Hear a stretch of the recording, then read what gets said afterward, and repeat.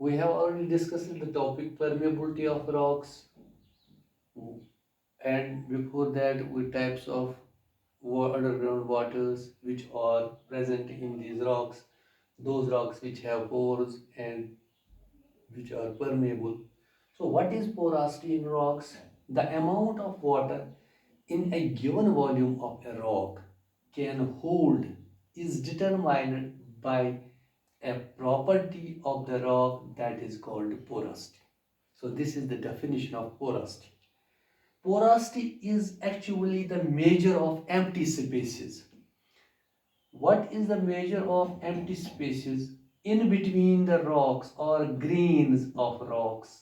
The empty spaces, measure of empty spaces in between the grains of rock which make up the whole rock is known as the porosity.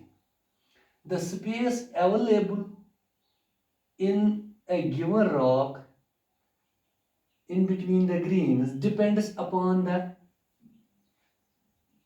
shape of these particles, size of these particles or grains, and their arrangement, how they are arranged, and the amount of cementing material. Sometimes there is cementing material in between them.